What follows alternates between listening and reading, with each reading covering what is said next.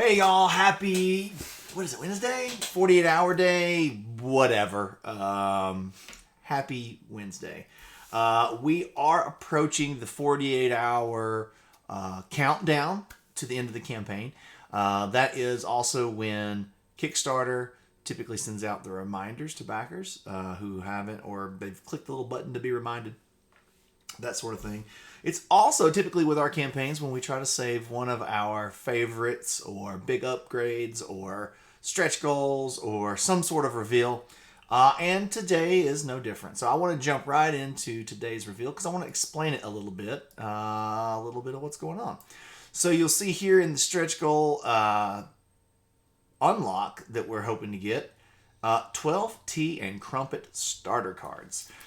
This is a new mechanic that is being added to once we hit 679, 219. I bet some of you know the relevance? No, relevance. There we go. I got my words backwards, my letters backwards. The relevance of that number, the first campaign was 679, 218. So we're going to unlock this when we surpass the first campaign by $1 US. But I want to talk about these tea and crumpet cards a bit. They are starter cards. These are being added to the Shards of Madness expansion. So if you've backed the expansion, you don't need to, these are not add-ons. You don't have to add any money for these. This is just upgrading your expansion. As it says, seed your strategy with your favorite Wonderlandian and some starting resources even before the first tea party. So let's take a little closer look at these cards. And what you're going to see here in these tea and crumpet starter cards is another beautiful card back from Manny Tremblay. Look at that. The thing's gorgeous. And then you're going to see the 12 Wonderlandians all laid out individually. Now, the way these cards are going to work, depending on player count, you're going to get 2 to 3 of these. So let's say it's a 4-player game. You're going to shuffle these up, hand them out. Everybody's going to get 3. Now, your decision is this. Let's just say for easy... oh gosh, that doesn't highlight, does it? For easy explanation here, that I've got these are my choices. I've got these 3 cards across the top. So, what I'm going to be doing, I'm going to be mixing and matching these. The way this mechanic works is I'm going to choose one of the Wonderlandians, and I am going to get to take that Wonderlandian and put it into my supply before the first tea party. So I have access to deploy a Wonderlandian. It's already in my possession from the start. With that, we've got some resources that you can get, but you can't take the resources on the card of the Wonderlandian that you take. So let's say I choose Duchess. I want the Duchess as my Wonderlandian. That means I can choose to take an extra quest or the resources that are over here on the Walrus, which is upgrade a faction ability, but I have to take 2 shards. Now, the meeple number that you're seeing here is our supporter count.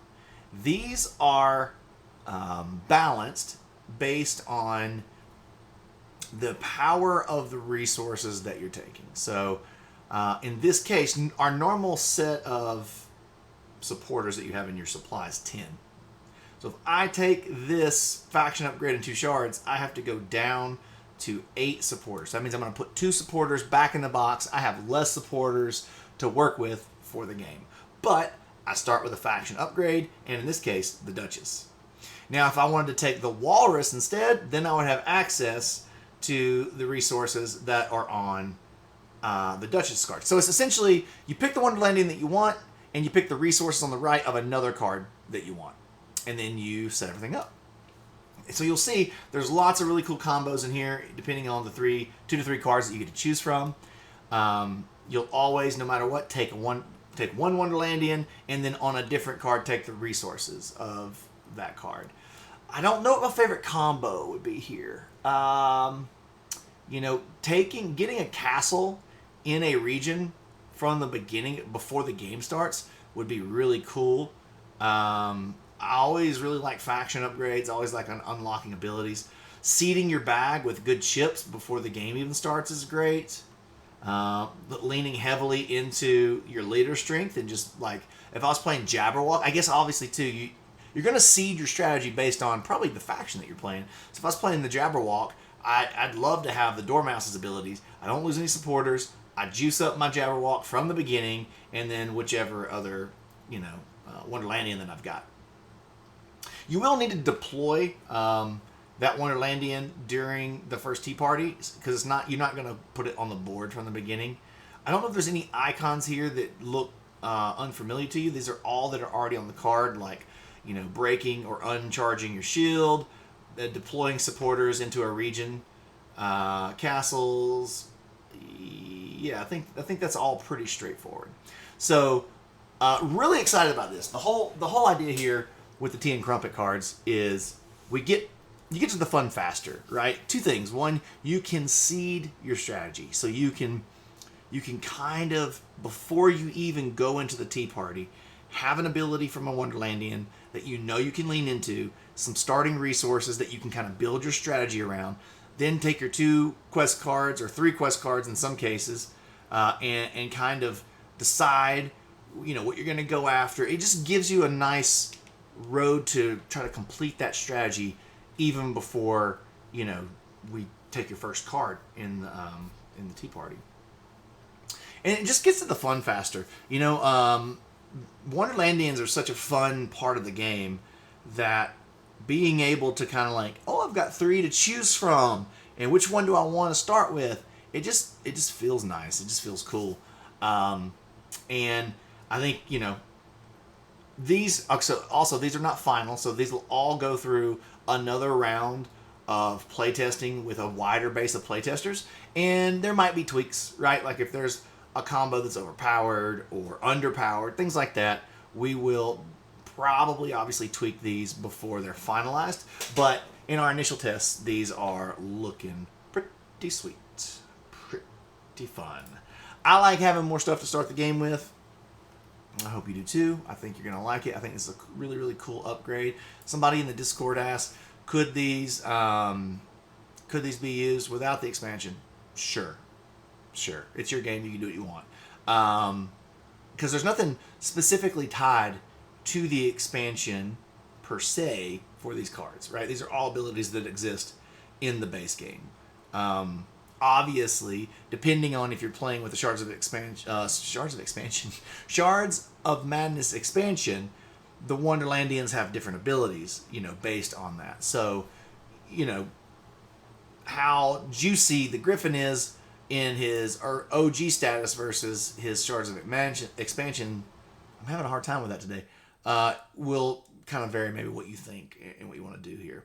But yeah, once you choose it, like if I was to take the Griffin as my main Wonderlandian and then whatever resources, you'll just see, you'll flip through the deck, find the Griffin, grab his standee, put him in your, in your supply, and you're good to go to start the tea party, and then you can build from there. So we're really excited. Obviously, I thought it'd be cute to make the stretch goal mark $1 more than the original campaign.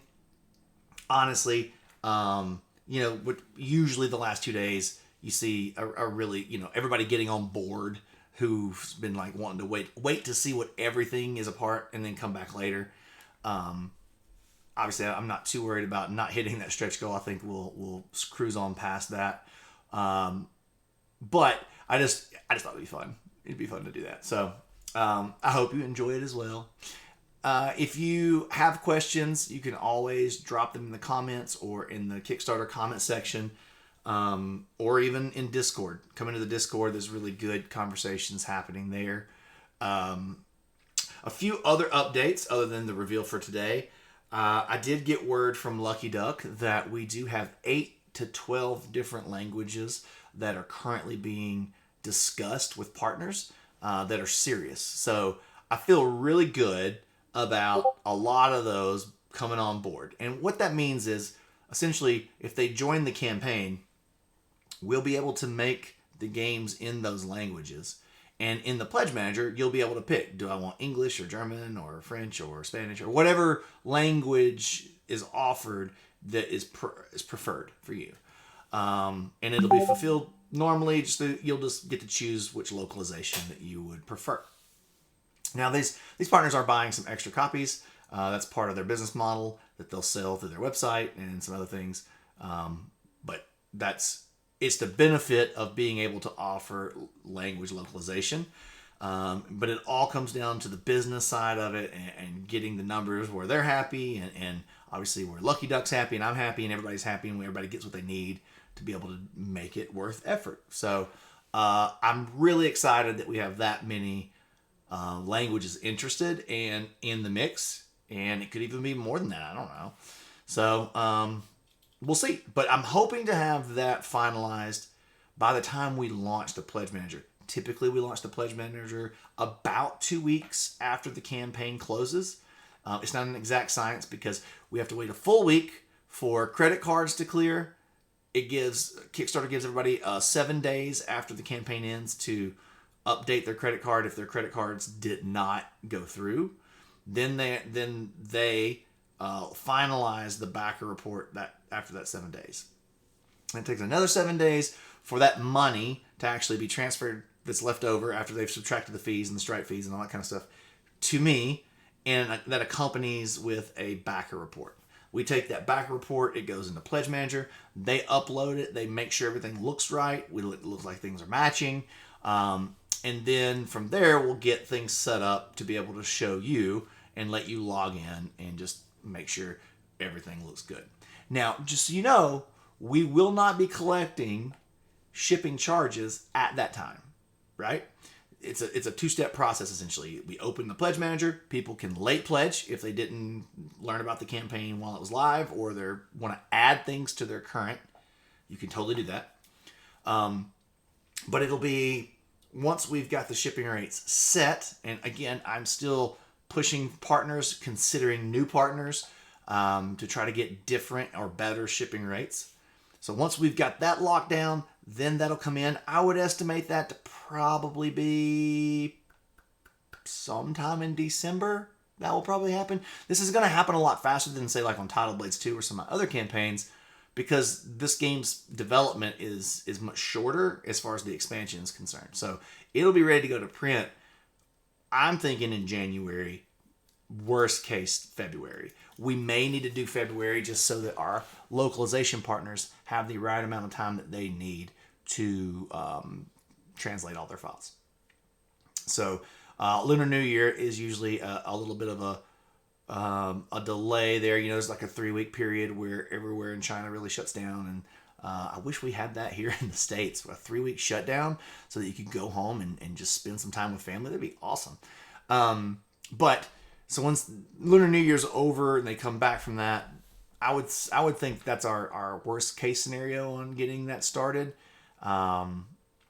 Typically, a production of this size is going to take 90 to 100 days because the premium chips, those clay chips, they're really a slow process. They took a long time to get done in the first campaign, but that was in the middle of COVID. So I'm hoping, and my manufacturer, I've already talked to them about it.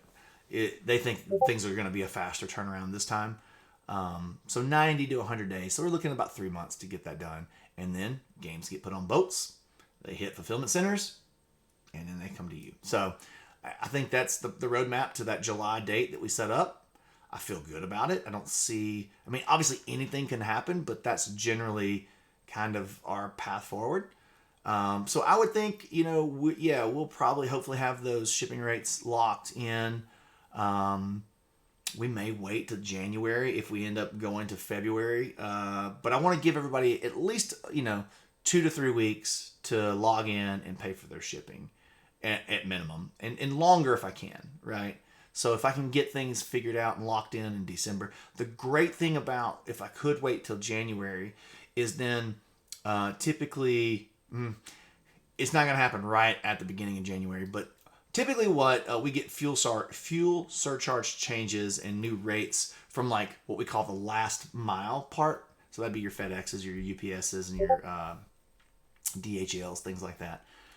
They update their rates, but sometimes those for the year, but they don't always get them to us. Like, it's not like ready January 1st. So more than likely we'll still have to estimate what those increases will be. So this is the fun part of logistics and shipping. You have to do lots of estimates. And then if they're higher than what you expected, you just have to eat that, which is not fun. But yeah, generally that's what we're looking at. I would think December will open up, or hopefully have the shipping in. Everybody can pop in, pay their shipping. And if I get updated rates or new news before that, I'll let everybody know. It won't just be, I'm not going to wait until that part. So this will still be an open conversation. Typically, you can expect a update once a month at the beginning of the month. If there's something big happening, like releasing the shipping rates and the pledge manager opening, those are kind of outside of that cadence. But that's typically what I do. And then if anything big happens during the week where I don't have, or we're not close to another monthly update, I'll do a Friday update in the comment section. So you can just kind of pop in every once in a while and check the comment section. But yeah, that's it today. The stretch goal is going to be these really cool new cards that are going to just really jumpstart your game and get those strategies seeded from the beginning. I am excited to put these cards in your hand. I think it's just going to really increase the fun factor even more, right? Even more in the game. So that's it for today. I will be back tomorrow to chat with you about any new updates, any new things. This is our last big reveal / stretch goal. So, again, we did this on purpose. We're trying to keep everything nice and tight, so that when that schedule that I just talked about earlier, it stays intact. We don't bloat the campaign. We don't get outside of what we know we can do to hit this schedule, so that you get your games in just, as quickly as you possibly can. So, all right. See you tomorrow. Bye.